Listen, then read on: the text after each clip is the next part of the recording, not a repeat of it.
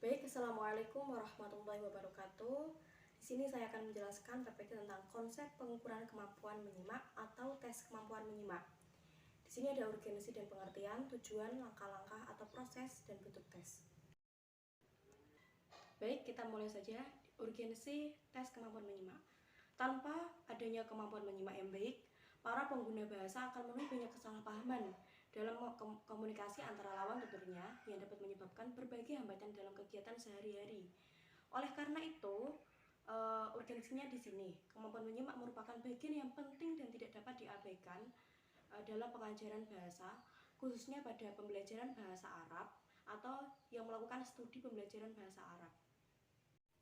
Dalam pengajaran bahasa semacam itu atau pembelajaran bahasa Arab, perkembangan dan tingkat penguasaan keterampilan menyimak perlu dipantau dan diukur melalui penyelenggaraan tes kemampuan menyimak.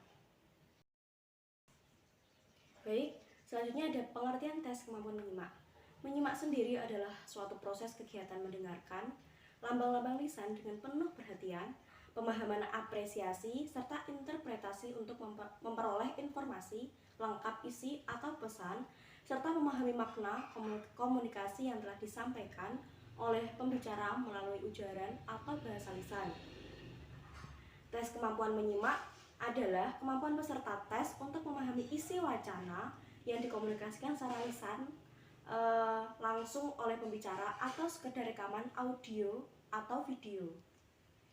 Sasaran utama tes kemampuan menyimak adalah kemampuan peserta tes untuk memahami isi wacana yang dikomunikasikan secara lisan.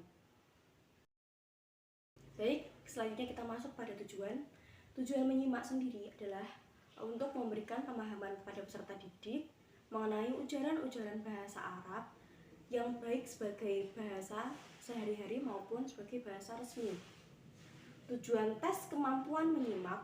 Tes kemampuan menyimak dimaksudkan untuk mengukur kemampuan peserta didik menangkap, memahami, dan menanggapi informasi yang terkandung dalam wacana lisan. Sarana yang dipergunakan biasanya berupa media rekaman suara atau video. Ada beberapa unsur kemampuan menyimak yang harus dicapai dalam pembelajaran bahasa Arab secara bertahap yang meliputi antara lain membedakan semu bunyi bahasa Arab, pola-pola intonasi, serta mampu membandingkan padanannya dalam bahasa ibu, seperti bahasa ibu kita, Indonesia. 2. Menemukan makna global dari pesan yang disampaikan pembicara. Yang ketiga, memahami pesan dan berinteraksi dengan pesan tersebut. Yang kelima, mendiskusikan dan menerapkan pesan yang tersembunyi. Itulah unsur-unsur yang dicapai dalam pembelajaran bahasa Arab secara bertahap. Baik, selanjutnya yaitu tahap-tahap latihan kemampuan menyimak. Yang pertama yaitu ada latihan pengenalan. Kemahiran menyimak pada tahap pertama bertujuan agar peserta didik dapat mengidentifikasi bunyi-bunyi bahasa Arab dengan benar. Latihan pengenalan ini sangat penting karena sistem tata bunyi bahasa Arab banyak yang berbeda dengan bahasa ibu peserta didik. Yang kedua ada latihan mendengarkan dan menirukan. Latihan ini, kegiatan pertama yang dilakukan oleh pendidik dalam latihan ini adalah memperkenalkan kepada peserta didik kata-kata atau pola kalimat yang baru. Yang ketiga yaitu ada latihan mendengarkan dan memahami. Latihan berikutnya adalah memahami bentuk dan makna dari apa yang didengarnya.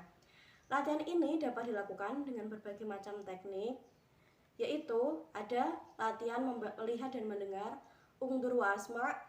Dalam tahap ini, pendidik memperdengarkan materi yang sudah direkam dan pada waktu yang sama, pendidik memperlihatkan rangkaian gambar yang mencerminkan arti dan isi materi yang didengar oleh peserta didik tadi. Yang kedua, ada latihan membaca dan mendengarkan, iqra wa asma'. Tahap berikutnya adalah pendidik memperdengarkan materi bacaan yang sudah direkam dan peserta didik membacakan teks dengan mengikuti materi yang diperdengarkan. Pada tingkat permulaan, perbendaharaan kata-kata yang diketahui oleh peserta didik masih sangat terbatas. Oleh karena itu harus dipilihkan bahan yang sederhana dan tidak terlalu panjang. Yang ketiga yaitu ada latihan mendengarkan dan memeragakan, iqra wa misli. Dalam latihan ini peserta didik diminta untuk melakukan Gerakan nonverbal sebagai jawaban terhadap stimulus yang diperdengarkan oleh pendidik. Kegiatan ini tidak terbatas pada ungkapan sehari-hari yang sering digunakan oleh pendidik di dalam kelas, tetapi juga pada kegiatan-kegiatan yang berlaku di luar kelas yang dapat didemonstrasikan. Baik, selanjutnya yaitu ada kompetensi yang diukur dalam tes. Dalam tes menyimak, ada kompetensinya yaitu tes berasal dari bahasa Latin testum yang berarti alat untuk mengukur tanah. Dalam bahasa Indonesia diterjemahkan dengan tes, ujian atau percobaan. Dan dalam bahasa Arab diterjemahkan dengan imtihan atau ujian.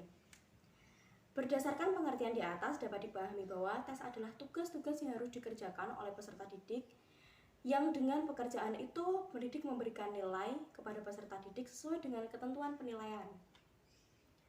Indikator kompetensi yang diukur dalam tes kemahiran atau kemampuan menyimak bahasa Arab adalah: yang pertama, kemampuan mengidentifikasi bunyi huruf; kedua, kemampuan membedakan bunyi huruf yang mirip; ketiga, kemampuan memahami arti kosakata dan frasa; keempat, kemampuan memahami kalimat; kelima, kemampuan memahami wacana; dan keenam, kemampuan memberikan tanggapan dari isi wacana yang didengarnya.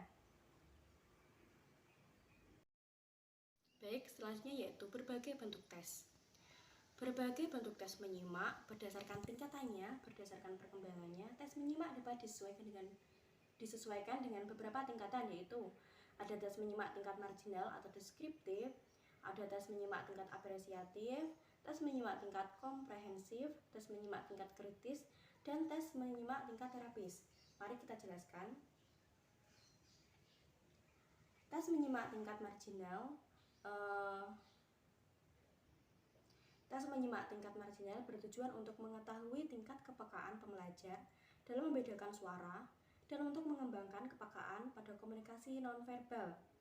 Kemudian, tes menyimak apresiatif bertujuan untuk mengetahui gambaran kemampuan pembelajar dalam menangkap dan memahami bahasa simakan yang berhubungan dengan perasaan dan emosi, sehingga dalam pelaksanaannya pembelajar diberi bahan simakan yang bersifat menyenangkan, misalnya drama, puisi, lagu, cerita, dongeng, dan sebagainya. Kemudian, tes menyimak komprehensif bertujuan untuk mengetahui tingkat pemahaman pembelajar terhadap pesan yang disimak.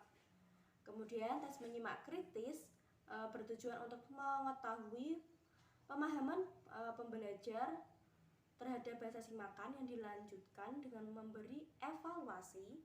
Sedangkan tes menyimak terapis bertujuan untuk menyembuhkan seseorang yang bisa dilakukan oleh seorang psikolog. Berdasarkan pembagian tersebut, pemberian tes menyimak untuk pembelajaran bahasa Arab harus bertahap. Baik, selanjutnya itu bentuk tes secara umum, yaitu ada dua, tes lisan dan tes tertulis. Tes lisan digunakan untuk mengevaluasi hasil belajar berupa kemampuan untuk mengemukakan pendapat atau gagasan-gagasan secara lisan atau berbicara. Contohnya, siswa diminta mendengarkan audio dan sebagainya. Kemudian siswa diminta untuk menjelaskan secara lisan apa yang dia dengar dalam audio tersebut. Contoh audio bisa berupa dialog, cerita, ceramah, dan sebagainya. Kemudian pada tes tertulis.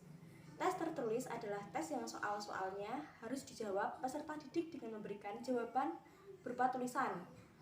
Nah, contohnya yaitu siswa diminta untuk menyimak berita, kemudian diberi waktu beberapa menit dan siswa diminta menulis apa yang dia dengar dan lihat dari peristiwa di berita tersebut.